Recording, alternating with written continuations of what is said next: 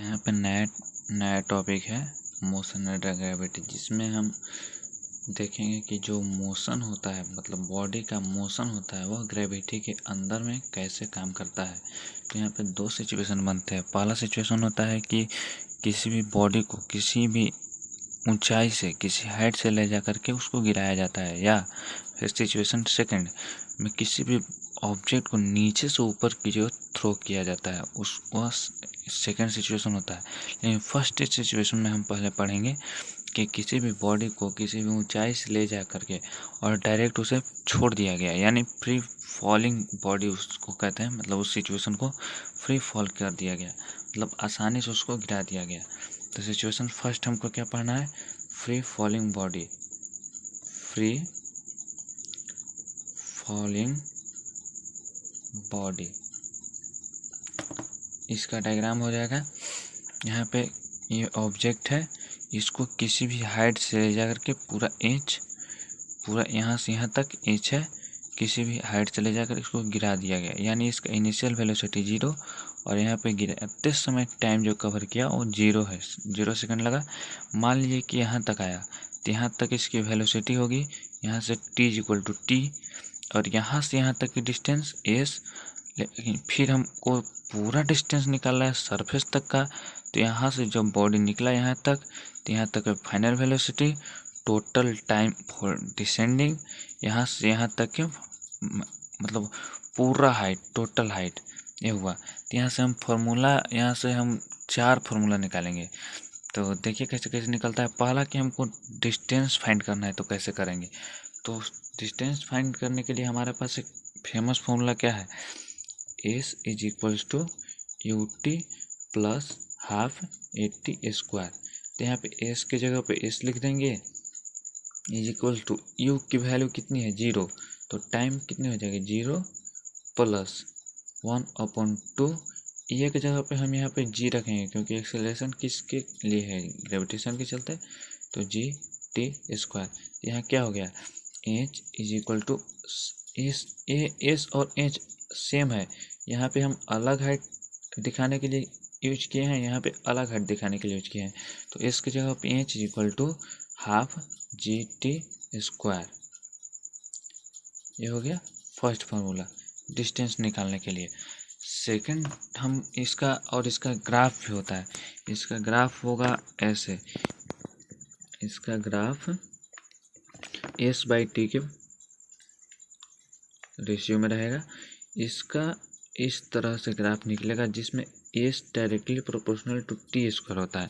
अब s directly proportional to t² कैसे होता है? तो यहाँ पे देखिए, यहाँ पे s यानी h = a कांस्टेंट है और a भी कांस्टेंट है, तो इसके डायरेक्टली प्रोपोर्शनल टू कितना आया? t²। तो उसी प्रकार यहाँ पर s directly proportional to t² हो जाता है। अब हम दूसरा फार्मूला बनाते हैं ये वेलोसिटी के बारे में। वेलोसिटी तो हमारे पास एक फेमस फार्मूला है मैकेनिक्स काइनेमेटिक्स में, पीछे एक्सेलरेशन में जब हम पढ़ रहे थे तो उसमें से मिला था v = u प्लस at। तो यहाँ पे v के जगह पे v छोड़ देंगे, यहाँ पे भी ये वाला भी, और u कितना है हमारा? 0 है।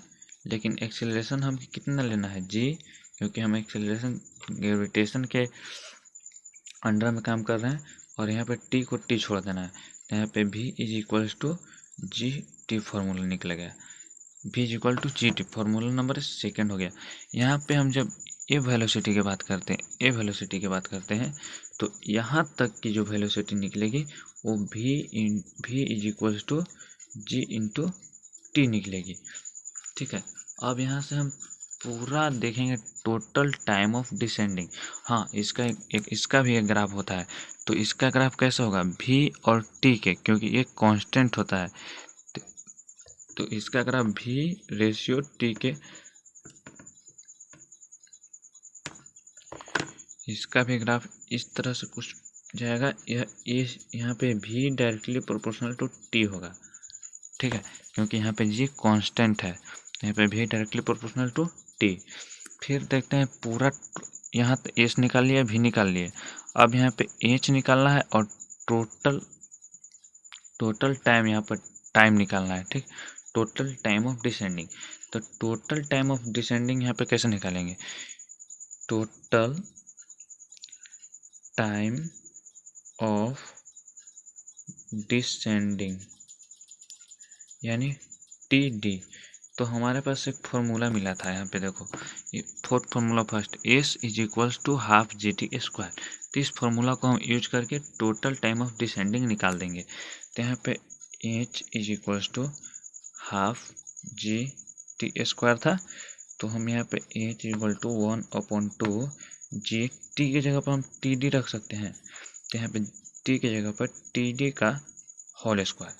तो यहाँ पे क्या बन गया, TD हमको एक तरफ लाना है और बाकी सभी को एक तरफ भेज देना है। यहाँ पे TD square is equals to इधर जाएगा तो 2H/G, यहाँ पे स्क्वायर है तो स्क्वायर इधर जाएगा तो रूट में, तो TD is equals to √2H/G।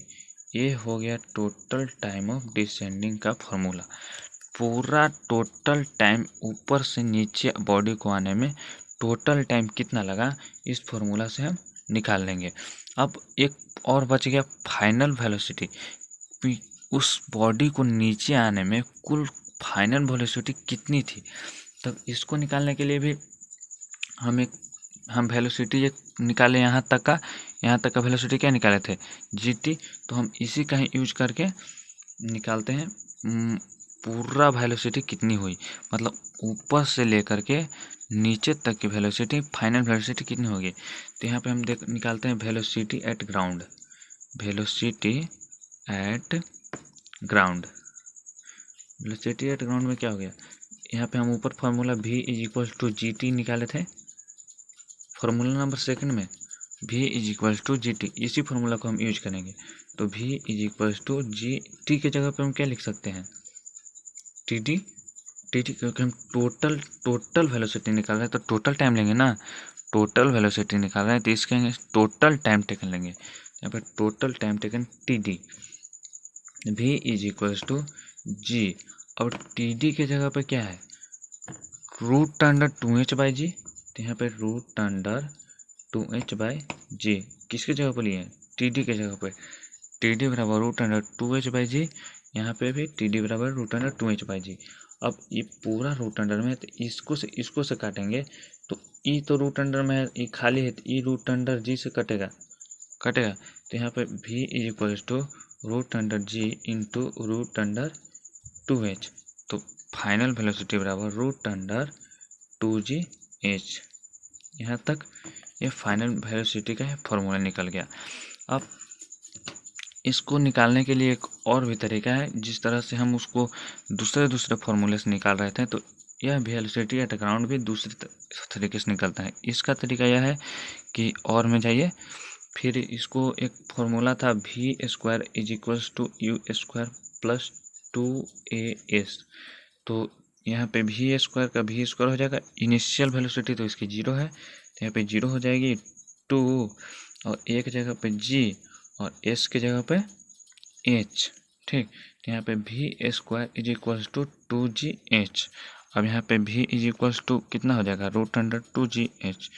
ये हो गया सेकेंड फार्मूला से सेम फार्मूला बन गया। तो यहाँ पे हम देखें मोशन अंडर ग्रेविटी में कि किसी भी बॉडी को फ्रीली फॉल कर दिया किसी हाइट से, तो उसको गिरने में कितना समय लगेगा, टोटल टाइम ऑफ डिसेंडिंग, और वेलोसिटी एट ग्राउंड यानी ग्राउंड तक आने में उसकी पूरी वेलोसिटी कितनी रही होगी, और उस डिस्टेंस कितना तय किया होगा, और उसकी वेलोसिटी बीच में कितनी होगी उसकी और यहाँ तक हम पूरा उसका फॉर्मूला 4 फार्मूला निकाले। पहला डिस्टेंस के लिए, यहाँ पे डिस्टेंस के लिए, दूसरा निकाले वेलोसिटी एट इंस्टेंट यहाँ तक के लिए, और तीसरा formula total time of descending यानी ऊपर से नीचे तक आने के लिए, और चौथा फॉर्मूला निकाले वेलोसिटी एट ग्राउंड, मतलब किसी बॉडी को ऊपर से डायरेक्ट नीचे आने के लिए कौन सा फॉर्मूला यूज करते हैं, तो V is equal to √2GH। Thank you.